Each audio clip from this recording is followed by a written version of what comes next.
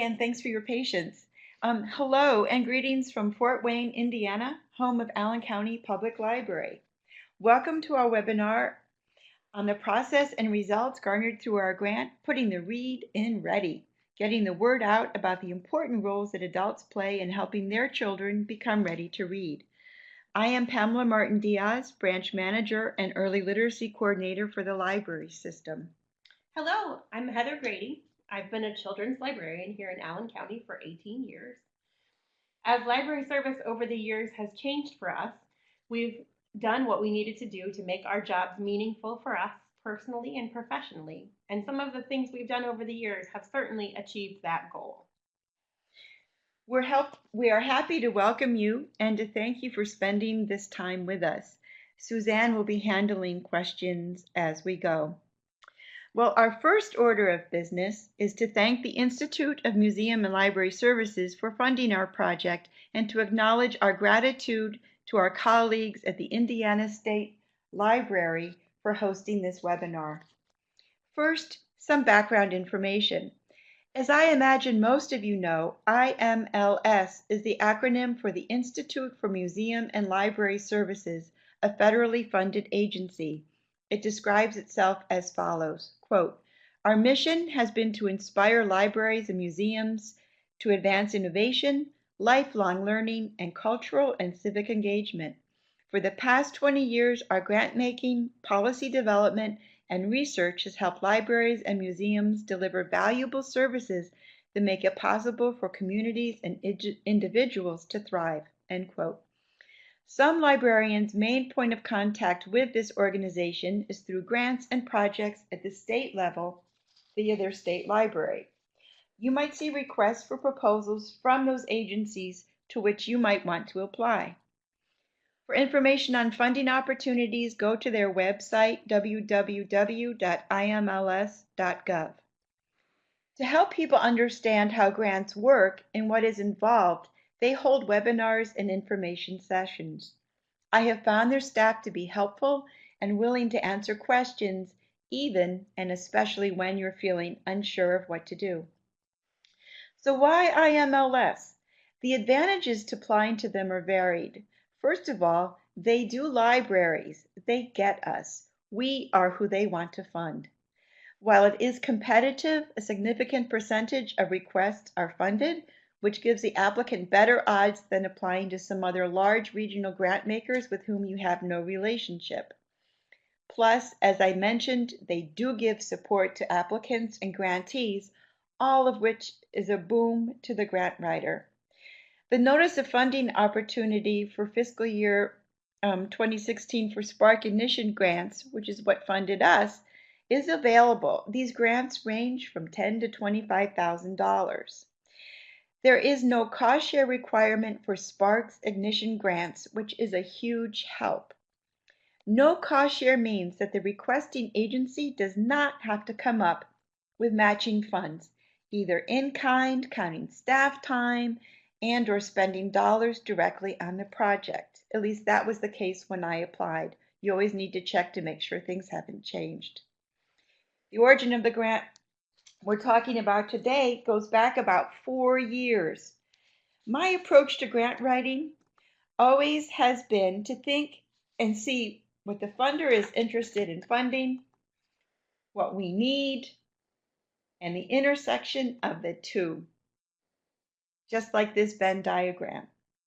As a librarian deeply immersed in early literacy and as a former trustee of our largest public school corporation, I had long ago realized that in order to improve outcomes for children, we need to influence the behavior of the adults in their lives. Our long-term outcome was to increase the number of children entering school ready to learn. The intermediate outcome was to increase awareness of the importance of adult-child interactions. The main idea was simple. Adults need to be aware of something before they can change their behavior. I wanted a major publicity push on the important role that adults play in getting their children ready to read. So I submitted a large grant to receive funding from an IMLS leadership grant back in 2012. This first proposal was not funded. When your grant is rejected, you get comments from the readers.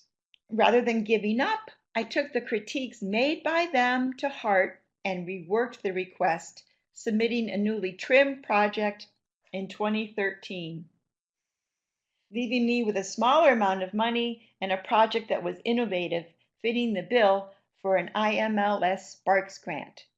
To fit the innovative part, I dropped the request for materials, little free libraries. I also narrowed the focus from countywide to the service area surrounding my branch. Obviously, I requested less money. This is the first of multiple lessons I learned. Never think that because one funder won't give you money, no one will. Hold on to those good ideas. Like books to a reader, good projects will find a funder.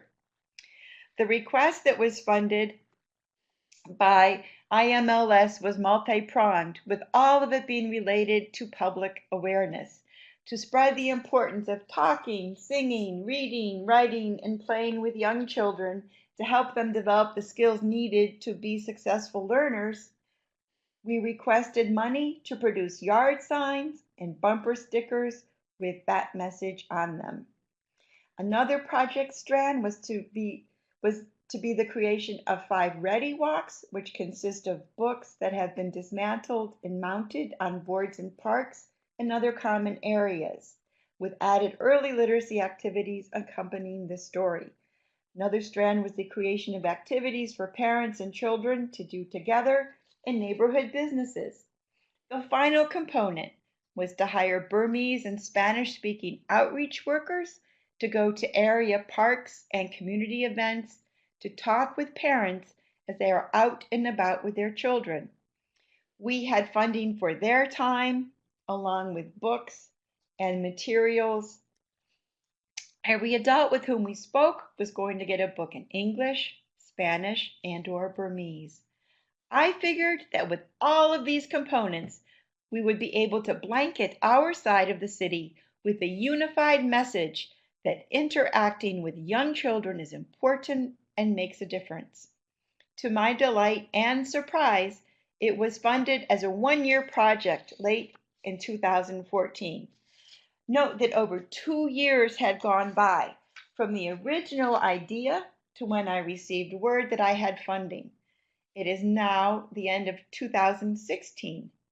Yes, our timeline has undergone some revisions. So the first step was to look at the timeline and see what had to happen first in order to end up where we needed to be. Since we got word on the award in early January, I had plenty of time to get organized before spring and the beginning of our outreach efforts. In late winter, we began the search for outreach workers. We had specific requirements, a flexible schedule, ability to speak, read, and write English and Burmese or Spanish, plus a desire to work with people in those communities. The filling of these 2 positions proved to be much more difficult than we imagined.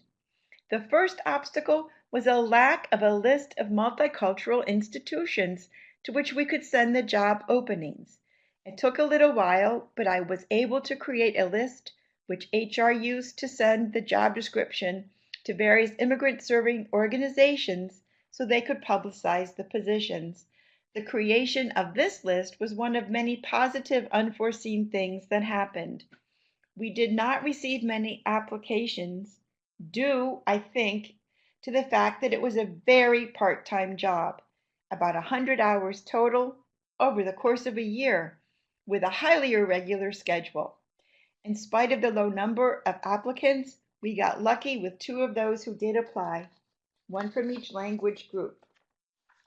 Both of the young women we hired were enthusiastic and happy to be working to better the educational opportunities of their communities. I gave them training on Every Child Ready to Read too, with special emphasis on the importance of supporting home language literacy. We came up with a schedule, planned activities, mostly around our friend the pigeon, and created some basic displays and handouts.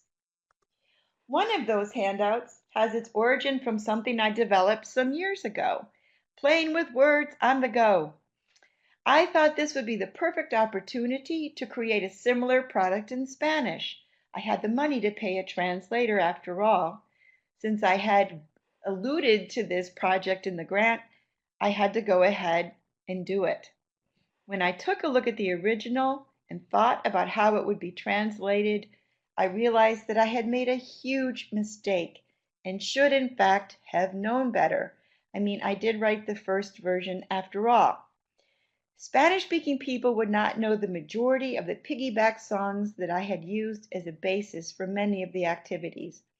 I ended up writing some short poems and incorporating traditional Spanish songs and activities into it. It ended up being a much larger and more time-consuming project than I had initially imagined it to be. We went ahead and ordered a canopy, chairs, and other supplies for the outreach events. Through Scholastic's literacy site, we were able to purchase books at good prices. We purchased some titles in Spanish from another source because they were not available through Scholastic. We found just one source for Burmese books, Starbright, which had a grand total of 3 books, all of which we purchased.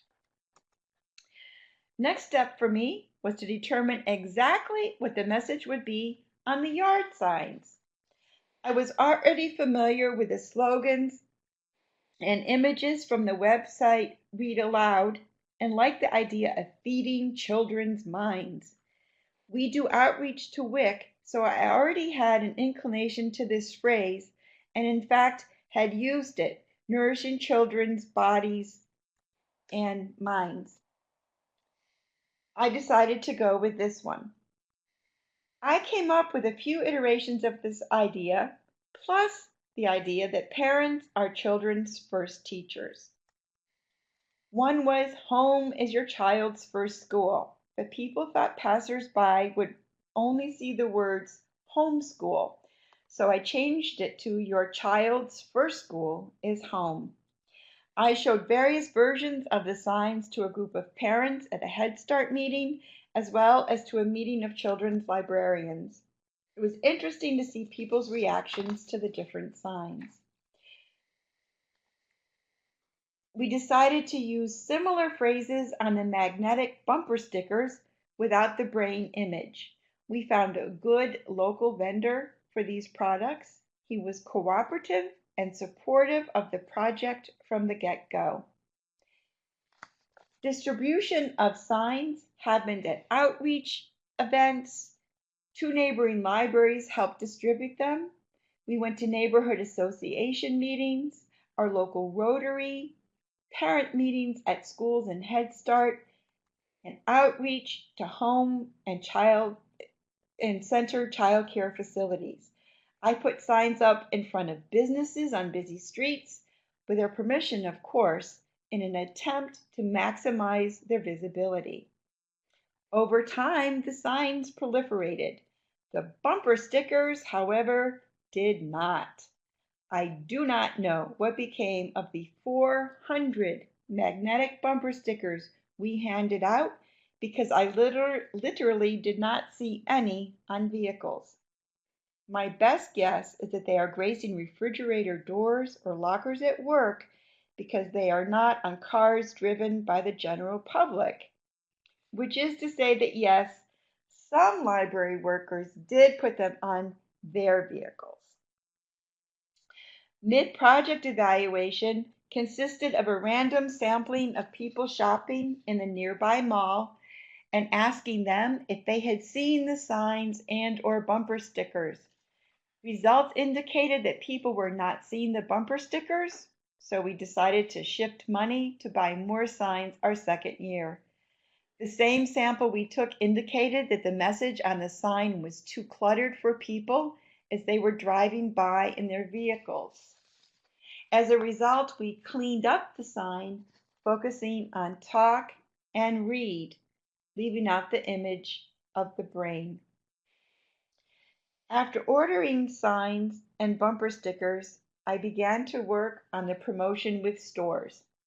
I was very hopeful that this strand of the project would really help spread the word on early learning. The idea was simple. Find neighborhood businesses willing to let me place a display with an activity for adults to do with their children and a coupon they could use to redeem for a free book at the library. All the business had to do was agree to host my small display. I set out to find those businesses and garner support for early learning and intentional activities for parents to do with their children. So off I went to shops in a small mall and all over the neighborhood. The first lesson I learned, not one business that is part of a national chain would allow me to display any material at all. Apparently, all displays are handled, quote, by corporate, end quote, which greatly reduced the number of sites able to participate. This left me with locally owned businesses only, which ended up being enough after all. The participating stores agreed to put up yard signs in their store windows too. I created activities tied explicitly to each of 14 area businesses, some of which were in the shopping mall with the large chain grocery store, with others scattered around the neighborhood. These included a burger place, the Salvation Army, which, while corporate, let me leave the materials, a laundromat, and a hardware store. I left the displays up for a couple of months and then went back to each place of business to pick up the display and to see how it went. Shopkeepers did not have too much to say about it. One place, Brava's Burgers, really liked the project. Their activity had to do with writing and drawing. Customers did the suggested activity, including a number of adults, with staff hanging up some of their creations, mostly in the bathroom. To say that the outcome of this project was disappointing is an understatement. Only one person came to the branch with a coupon for a free book. Virtually none of the coupons were picked up at the businesses, let alone redeemed at the library. Again, there were some positive things that happened around this effort. I met the owners of numerous small businesses, coming away with the realization that they do care about our local children and the community in which they work. They were very willing to support this project by allowing me to leave materials there. I believe there is the possibility of collaboration with them in the future, especially with Brava's and our local butcher shop, which already encourages play in their store with a kid-sized cart and pretend fake food products. To be more effective, I think that this kind of project needs to be done in a larger, more expansive way. A city or county-wide project would have a much larger impact. Community partners who could help spread the word about the locations and importance of interactions and wider visibility might have made a difference. The fact that we focused on a small area of the neighborhood made it easier on us, and in fact was the only option available to use due to the limited funding, although in the long run was less effective than a larger effort might have been. So, would this project work in another community? I did a very similar project in a different part of the city with similar results. Virtually no participation. For that project, instead of coupons, people were given a bingo type card like this to fill out while completing the activities. This neighborhood was more affluent than mine and had the same results. But again, there was no larger county or citywide effort of which this was a part.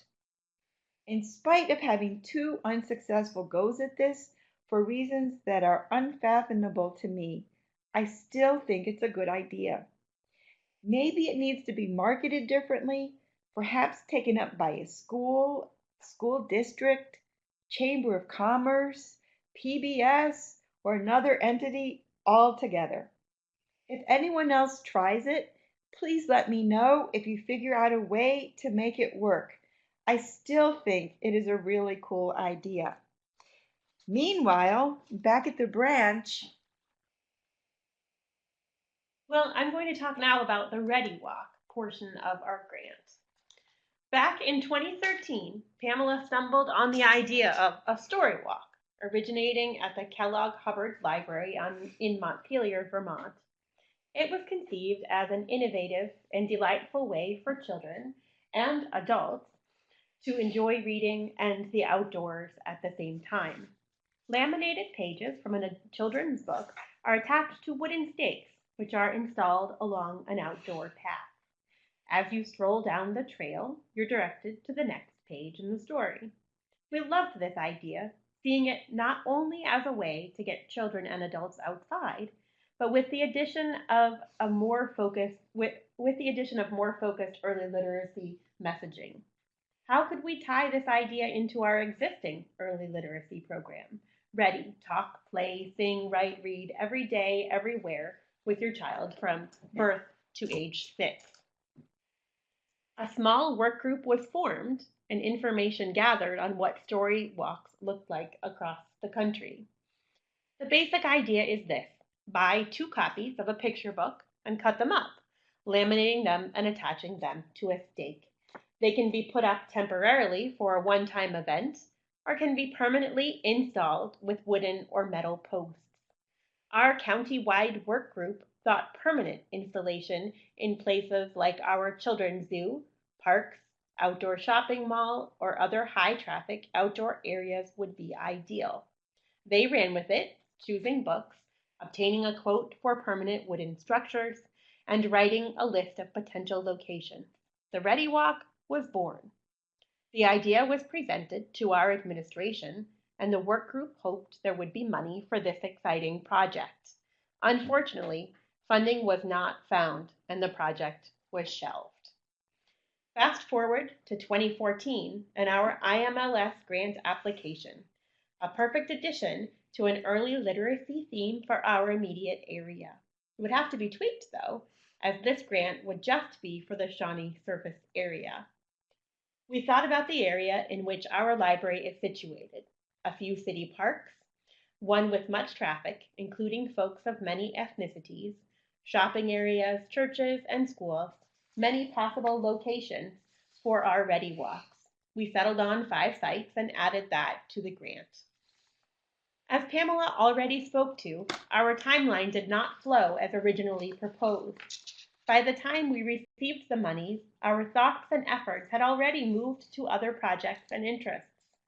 Once we knew the project was a go, we had to re-energize ourselves toward what we had once been really excited about.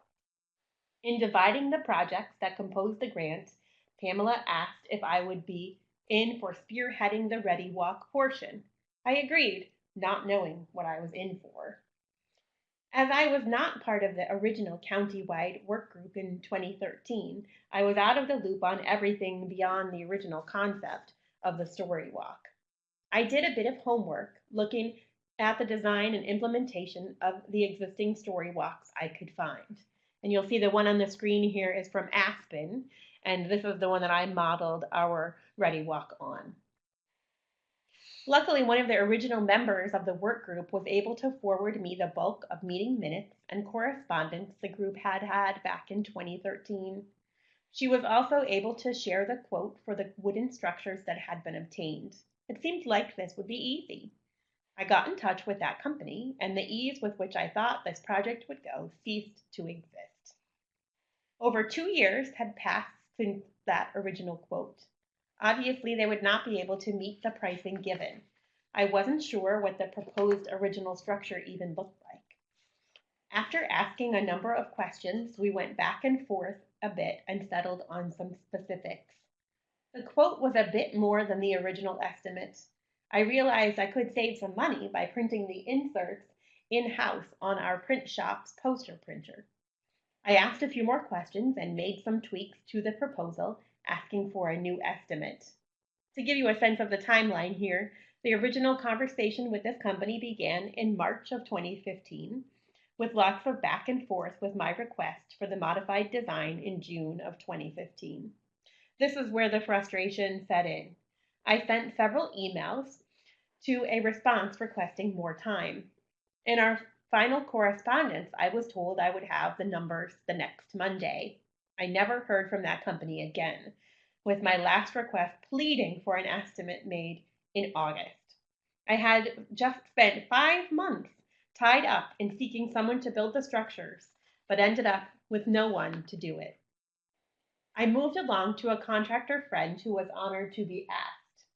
A similar correspondence. Yes, I'd love to do it. Can you give me a few days?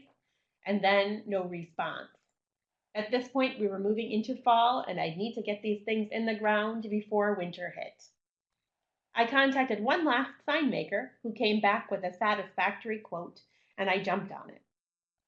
Unfortunately, to get the price point we needed for all 5 ready walks, I had to use lesser quality materials and design. At that point, I didn't really care. Let's just get going on this thing. We contracted with him, and he began building the structures. Now began the location search. I met with our local parks department, thinking it would be a natural fit, as it was for many other story walks across the country, to be located in at least 2 of our nearby parks. My meeting with the representative was great, and it seemed as if things would move ahead smoothly. Unfortunately, when he took the project idea back to the larger administrative group, it was a no-go. They did not want to have to mow around the structures, and they did not find the idea recreational enough. What a big roadblock. I scouted our area for other locations and found a nearby church with a neighborhood outreach program that was more than happy to partner with us. I found a private neighborhood park also excited to participate. Hooray! It was February when I went with them, and we were anxious for winter to pass so we could get the Ready Walk installed. 2 down. We already had plans for one here at our branch, so only 2 more to go. I approached a few other churches. One was happy to participate. Only one more site needed. I had a few other sites that would not call me back or email me back, and of course the calendar kept moving. The church that I thought was on board backed out. In thinking of other locations, we decided one of our close branches could be another site. Some issues arose with installation, but we got the site in at the first location. Due to the lack of money, we would be painting the posts ourselves. Thankfully, that church had volunteers to make that happen. Our print shop had agreed to print the inserts, but the thickness of the paper, once installed, did not work. The pages immediately bled. Back to the drawing board. We settled on lamination, and that seemed to work. 1 down. In August, the second site at the private park was finally installed after deliberation about exact location. This happened while I was on vacation. With school beginning, my schedule was busier, and the posts sat there empty for a while. Perhaps because the neighborhood did not know what these posts were for, or due to the proximity of schools, or it being a spot frequented by skateboarders, the posts were vandalized after being in for just a few weeks and before I could get the story installed. After realizing we had not included extra supplies for repair in the grant, we went back to the funders seeking permission to reduce the number of installations from 5 to 4. Gladly this was permitted. This also got me off the hook for finding that elusive 5th location. The ruined parts for the 5 damaged posts at the park were replaced, and we were set to go again there. A few weeks passed before I could get there to paint. No volunteers offered there. When I finally made it there, 6 more posts had been vandalized. At this point, I gave up on this location. Thankfully, we've gotten the walk at our branch installed, and 1 more will be installed at a close-by branch. Unfortunately, the inferior materials and design of the walk will require more funds to make these long-lasting. While it is an innovative and fun idea, more funding for materials is needed than we had originally projected. The most exciting part? The creation of 5 ready walks. The books we chose are fun and lend to lots of talking, reading, writing, singing, and playing. We have a side for each of these early literacy practices included in the walk, giving parents the foundational information as well as giving them simple activities that lend to other situations as well. We were able to have the 3 of the books translated into Burmese, and we also have Spanish included because several of the areas that we have chosen to place the Ready Walks have a large number of native speakers. The book Will You Carry Me that you see the example of there on the screen, I was able to make contact with the author, Helene von Rossum, and she got permission from her publisher for us to scan the pages directly onto the Ready Walk rather than cutting them up and pasting them on. That was pretty exciting. Having these completed books will allow us to bring the Ready Walk to our entire county, as they can be printed from the PDF and used by anyone, which creates an opportunity to outreach to local schools and other folks who might like to host a Ready Walk for a temporary location. While certainly not a complete failure, the Ready Walk portion has been fraught with frustrations, and I'll admit many tears and much anger. We are glad to have a finished product with the 5 completed book activity sets and a prototype that can be tweaked if we would choose to do such installations other places in our county. So thank you, Heather. Now to our final component of this grant, which was the outreach to our neighbors. So like the Ready Walk, we had a few problems in this department. Our outreach efforts got off to a difficult start due to the fact that the first summer of this endeavor happened to have been one of the rainiest summers ever in the history of Allen County, Indiana. The park, which was supposed to be our main venue because it's visited by many families from many different walks of life, was closed for most of the summer because it ended up being under about 3 feet of water. It is a park and it is not lakefront. This is actually a field that was underwater. So another lesson that we learned, flexibility is key. After being rained out of the parks and basically all outdoor spaces, the question then was, where can we go to find our key demographic? Adults who spend time with young children. We went to a meeting of Healthier Mothers and Babies to do a promotion in Burmese, visited WIC to talk with mothers who breastfeed their babies, groups of care providers who, while not part of the original request, seem like a natural group to promote this to.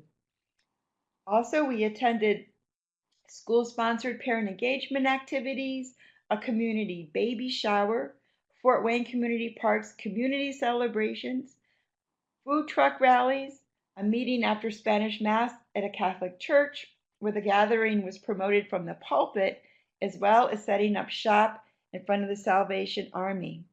And here's a picture from the food truck rally. One of the main reasons we asked for an extension of the grant for second year was that the attendance did not reach our goal of 1,000 children books given to adults with whom we had contact. Remember, we're going for adults, not children. Little kids can't, for the most part, read to themselves. But now we have surpassed our goal, speaking with over 1,100 unique adults, mostly one-on-one, or in small groups of 2 or 3, about the importance of helping their children develop their early literacy skills.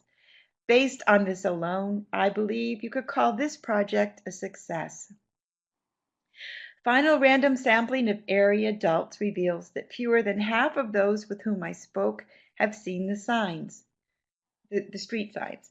Of those who did see them, reaction was mixed. The most common response to, "What do you think this message means? Where are we going with this?" was that children need to read. The part about being read to and talked to seemed a bit elusive for them. Some felt that we were telling children to read, which they thought was a positive thing for the library to do. So what are our final takeaways? The Ready Walks will be used with new books taking the place of the current titles. We have a template and materials with which to do this. Experience has shown us that the street signs will overwinter and will reappear in the spring because people do put them away and take them back out, which is something we learned our second year. We have met our local businesses and hopefully we'll have the opportunity to work with them again. For us, outreach was definitely and probably the most powerful component. Connecting with adults and their families in the places they frequent was enjoyable and worthwhile. The people with whom we spoke were often not library users. We were able to give them information on how to get a library card, the wonderful content available to them with their smartphones and tablets using their library cards, how to find the closest branch to their home, as well as getting a start on establishing their home library with the well over 1,000 books that we gave the people with whom we spoke. My branch and me as the early literacy coordinator will continue this part of the grant even without further funding. We remain committed to encouraging all of the adults in our community to talk, sing, read, write, and play with their children in an effort to help all of our kids enter school ready to read. So that's the end of our presentation. Thank you so much to Suzanne and to the State Library and to the Institute of Museum and Library Services for providing us with the opportunity to take this effort into our community. If you have any questions, and if I believe we have time, we'd be happy to go ahead and answer them. Great. Thank you so much, Pamela. There are some questions. I think we'll start with Holly Jen's question. She says, how big was the crew that you had at your library and how many hours did they spend in the field? And I think she's referring to when you said that you would go out and speak to people one-on-one. Can you go ahead and address that?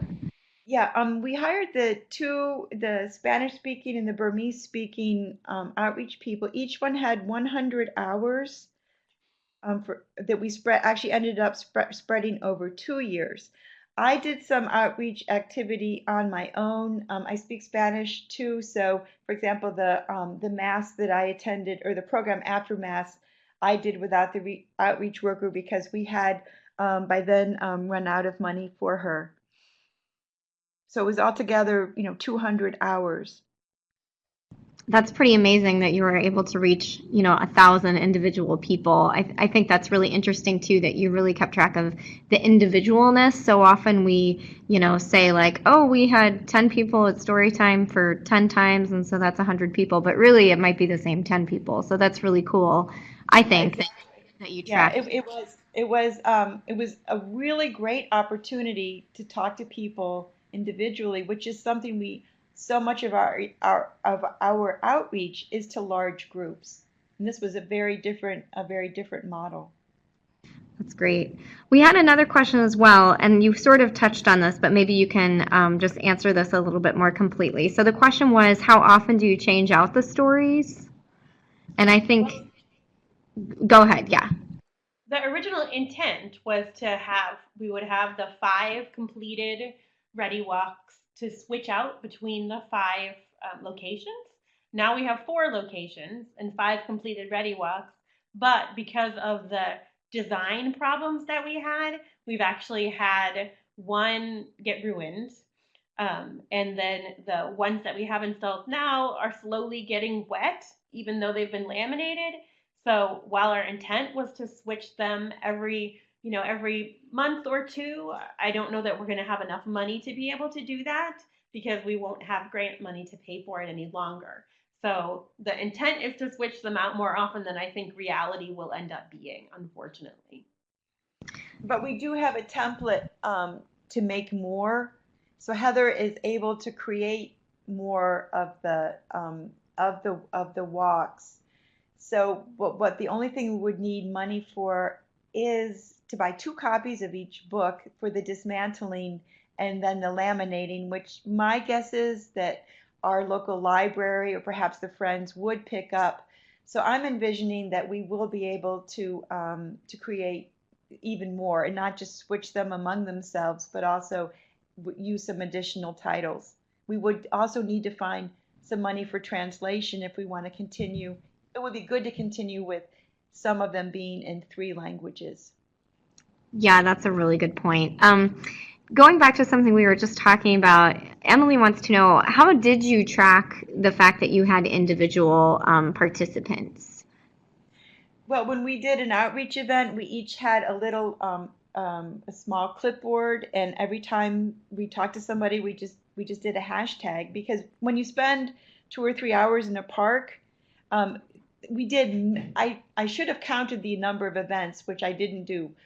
We did a lot of going out. We went out for maybe 2 hours at a time. We didn't do day-long activities, which is why we were able to spread this out over such a long period of time. And some of the events, like the community baby shower, actually was set up so that we were called a vendor, although of course we weren't selling anything. We were able to talk to each individual person about the importance of talk, read, write, sing, and play. So it was just with hashtags.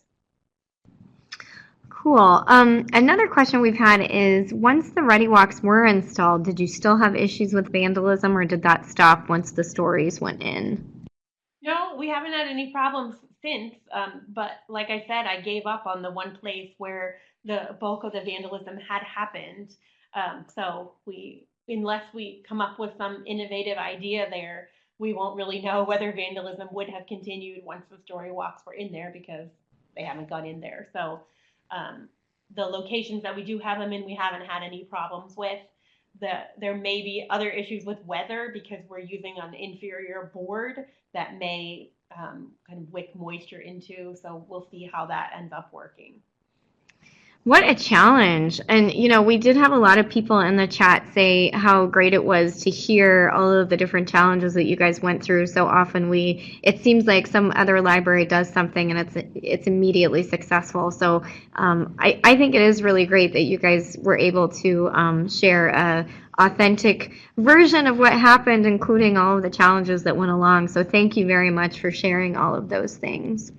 Well, in spite of the fact that it felt as though from the rain to the problems with where to put the ready walks, that so many things went wrong. So many things did go right. I mean, talking to people in the farmers market about reading books with their kids, it was just fabulous. And a lot of what a grant does is gives one the impulse and the reason to go out and do something and to try something different.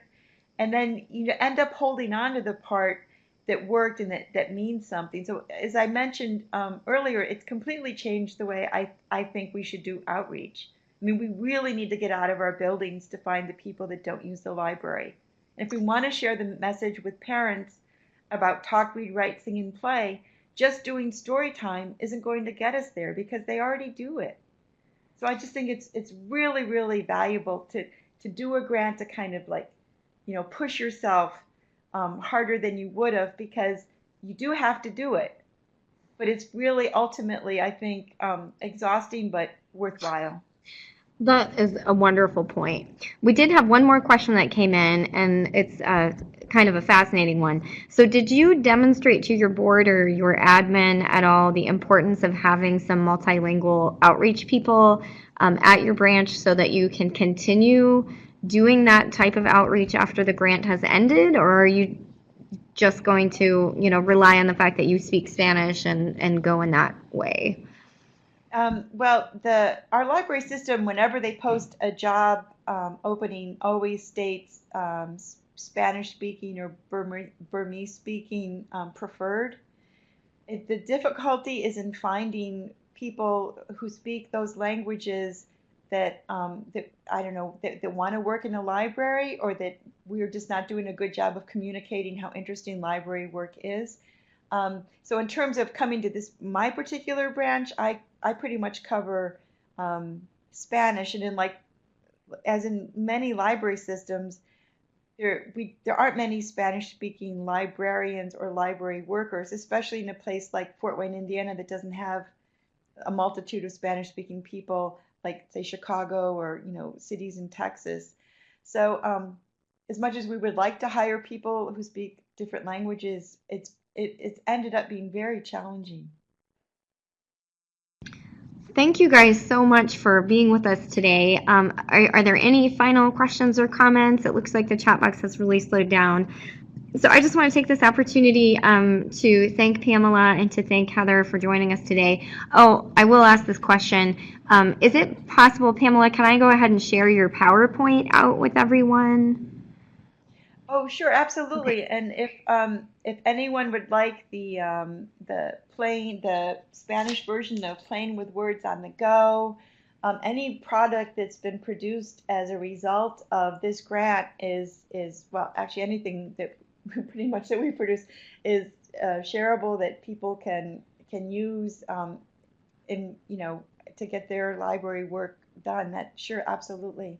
And the Ready Walk I have as a publisher document, so if you are a person who has publisher, you'd be welcome to use that as well. So they could use the Ready Walk template, put in their own books, write their own early literacy asides, and do this, in their own libraries or their own home communities. We'd love to share it. Fantastic. People should definitely benefit from this toil. Well, you guys have certainly worked hard. So I guess in response to that, if people do want those materials, please go ahead and contact Pamela or Heather directly. That will just take the state library out from being the middleman there.